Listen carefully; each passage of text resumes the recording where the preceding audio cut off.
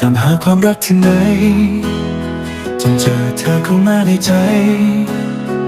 ทุกวันที่ผ่านไปมันชัดเจนขึ้นทุกคราวว่าเธอคือคนที่ฉันตามหาไม่มีใครแทนที่เธอได้ในหัวใจมีแต่เธอทุกเวลาขอบคุณฟ้าที่พาเธอมาทำให้ชีวิตของฉันมีความหมายเธอคือคำตอบของหัวใจอยู่ข้างกันไปจนสุดปลายไม่ว่าหนทางจะไกลแค่ไหน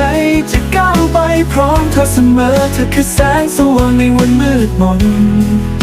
ให้ฉันได้รู้ความรักคืออะไรเธอคือทุกอย่างที่ใจต้องการเธอคือคนคู่ชีวิตของฉันในยามที่ฉันหลงทางเธอคอยเป็นกำลังใจให้ฉันยืนขึ้นใหม่เรื่องราวที่ผ่านมากับเธอมันทำให้ฉันเชื่อในรักแท้ไม่ว่าวันไหนเธอจะอยู่ตรงนี้ฉันสัญญาจะรักและดูแลเธอตลอดชีวิตที่เหลือไปเธอคือคำตอบของหัวใจอยู่ข้างกันไปจนสุดปลายข้างกันไปจนสุดปลาย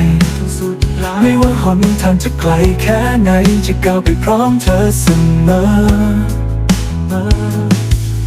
เธอคือแสงสว่างในวันมืดมนให้ฉันได้รู้ความรักคืออะไรเธอคือทุกอย่างที่ใจต้องการเธอคือคนคู่ชีวิตของฉัน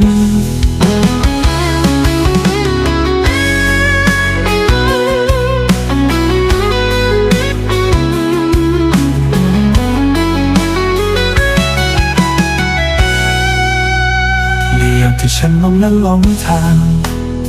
เธอคอยเป็นกำลังใจให้ฉันยืนขึ้นใหม่ทุกเรื่องราวที่ผ่านมากับเธอ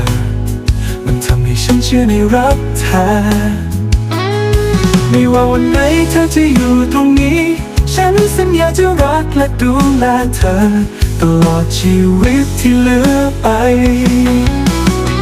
ที่คือคำตอบของหัวใจอยู่ข้างกันไปจนสุดปลายไม่ว่าหนทางจะไกลแค่ไหน